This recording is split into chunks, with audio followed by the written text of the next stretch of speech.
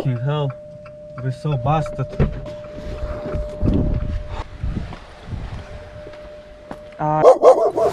Do you know where Madeira is located? What is Madeira at all? Well, I was a bit skeptical about going to Madeira after a trip to Azure Islands. I thought it might be a similar experience, but oh boy, I was wrong.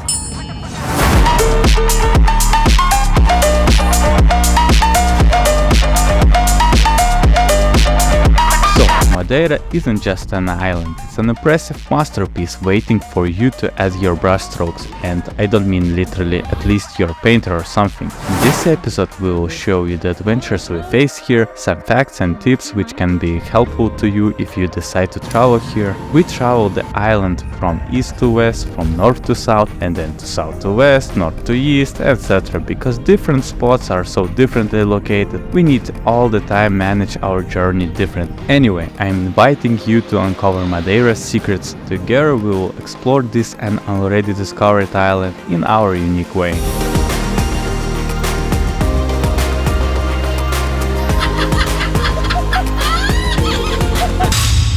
After the Azores we learned that on Portuguese island it's better to travel by car.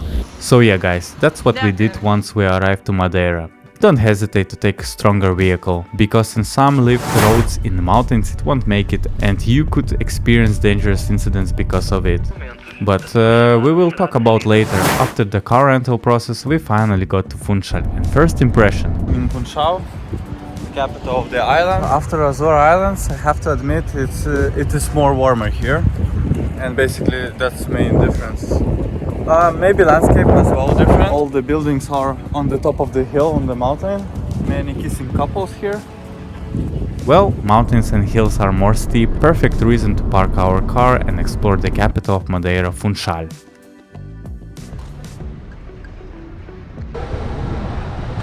What is so special about Funchal except that it's the biggest city in Madeira and it's located on the mountain?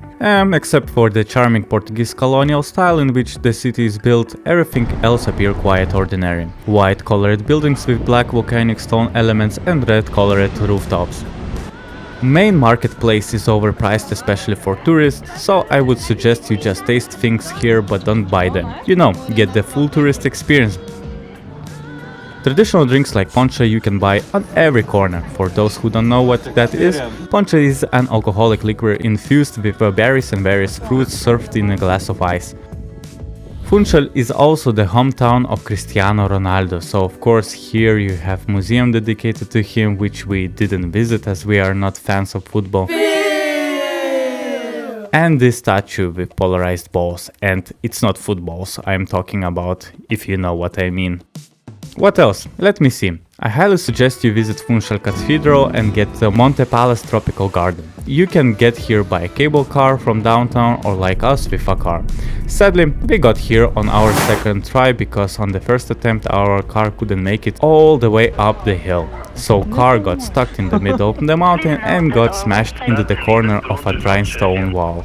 Hello, I'm calling with information. Yeah, it's like not like a car by car. We just scratched car, our one, by the beton wall, which just beton wall. And for the first time in my life I'm glad that I paid for insurance. Usually I pay, but I have these thoughts that maybe it's not worth it. And yeah, write down in comments if I'm not the only person in the room. Anyway, we got an even better car where we could sleep and prepare for next day's adventure.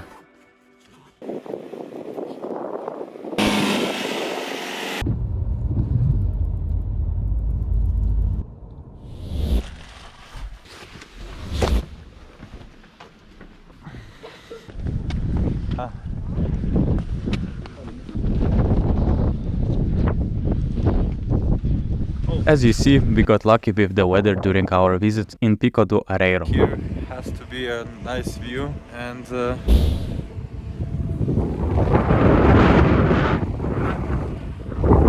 oh, okay, there's some decent, but usually it looks different, much different. That's why we decide not to waste our time and continue our trip around the island. But before we continue, let's talk about the highest peak now. to finish this topic and move on. A couple of days later we came back, but to another highest point on the island, Pico Ruivo. Actually, it's not far away from Pico Arieiro. Both highest points are located in the same area on the island. So guess what? The same landscape was there during our hike. Last time we stopped on the point of Pico Ruivo and we decided to not go it further. And this time maybe the situation gonna change and we will get what we want. If you're gonna decide to visit Pico Ruivo or Pico Ruivo, I wish you luck with weather, because it seems it's needed.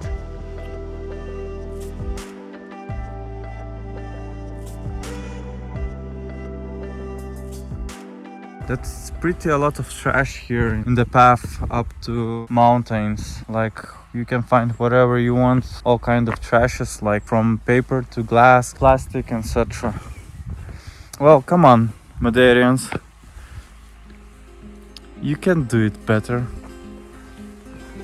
Sometimes it looks like the weather are teasing you, because in some moments sun is up here, then it comes sensation, oh, probably the sun gonna show up, but suddenly clouds are coming back and it says like, no, not this time, not today. The weather in Madeira is characterized by its mild and subtropical climate.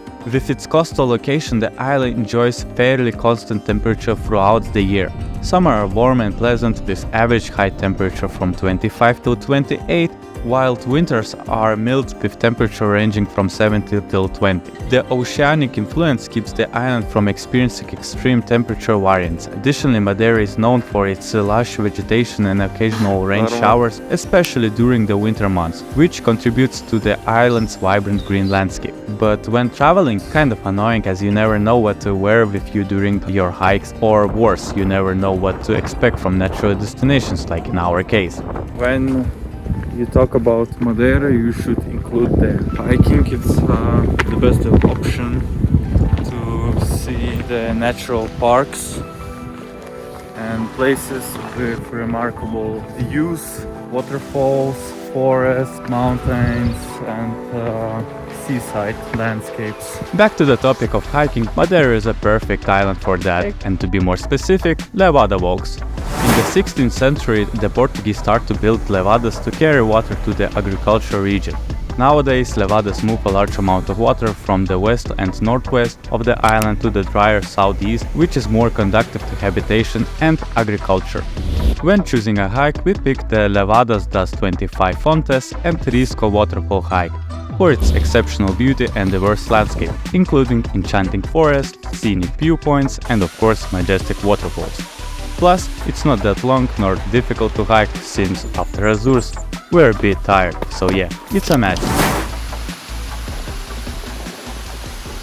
Dar. Užlip visiškai. Ant to akmenuko užlip. O, maladėc. Last but not least, in the southern part of Madeira, one more destination is waiting for us, and it's Cabo Girao. Hope I'm spelling well. Its viewpoint features a glass floor that allows you to see what is happening beneath your feet all the way down to the cliff edge. But you can also see it from the ocean perspective. Okay, let's move a bit in the timeline again. So we were desperate to see dolphins and whales during our Portugal island trip. We couldn't make it in Azores, that's why we did it here on the last day in Madeira. For that, we bought a trip on cool ferry. Now we're going to see dolphins and who knows, maybe whales and turtles. Yep. Those cute ones. We traveled around in search of these incredible creatures, and you know what? For dolphins, it didn't take too long. They appeared fast enough, and what's more incredible is that they were swimming next to us. But no luck with whales. Anyway, traveling with ferry was still an enjoyable experience. Oh, until I don't forget Cabo Girao. Last stop before coming back to the harbor, we stopped in the front of Cabo Girao, and all who want could go to swim. Okay, let's go back to the present moment and continue our trip to the northeast to the island.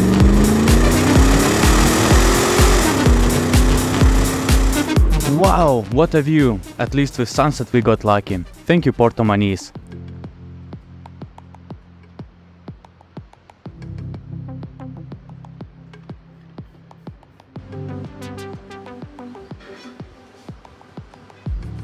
What is also lovely is that another heritage is next to us, which is Ilheus da Riba. So let's go in direction of Miradouro, Ilheus da Ribeira da Janela. My Portuguese language definitely sucks.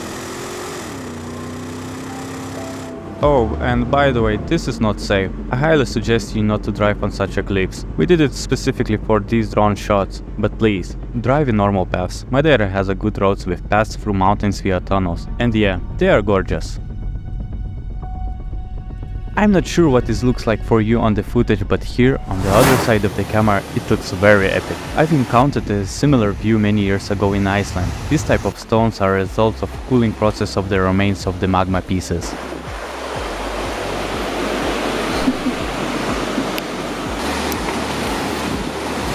Another destination on our to-see list is Asian UNESCO heritage, Fanal, which is part of Laurissilva forest.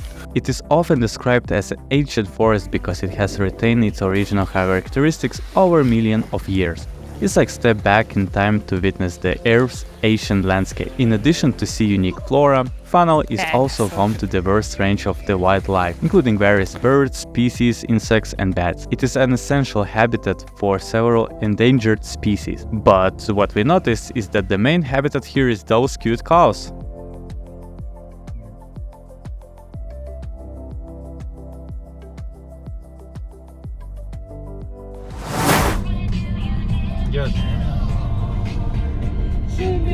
Then we move to another edge of the island to see another magnificent natural architecture. But on our way there, we need to stop at Santana. Santana is famous for its traditional triangular-shaped houses with thatched roofs. These houses, known as foleiros, damn, who create this kind of names, are one of the most recognizable symbols of Santana and Madeira as well.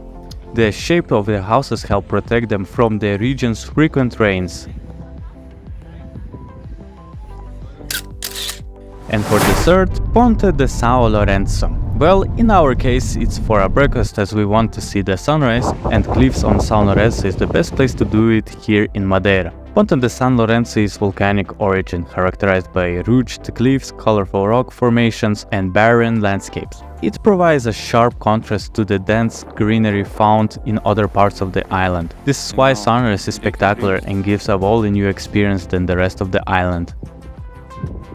And with a new day, a new journey appears. In our case, we will travel to a more distant location in our gorgeous planet, which is Indonesia. But for now, let's conclude this journey properly. We were traveling around Madeira not more not less exactly for 1 week. Our rent cost 500 euros, for fuel and parking in several places 100 euros. And yeah, for incidents, we didn't pay anything. So yeah guys, always take insurance for a car.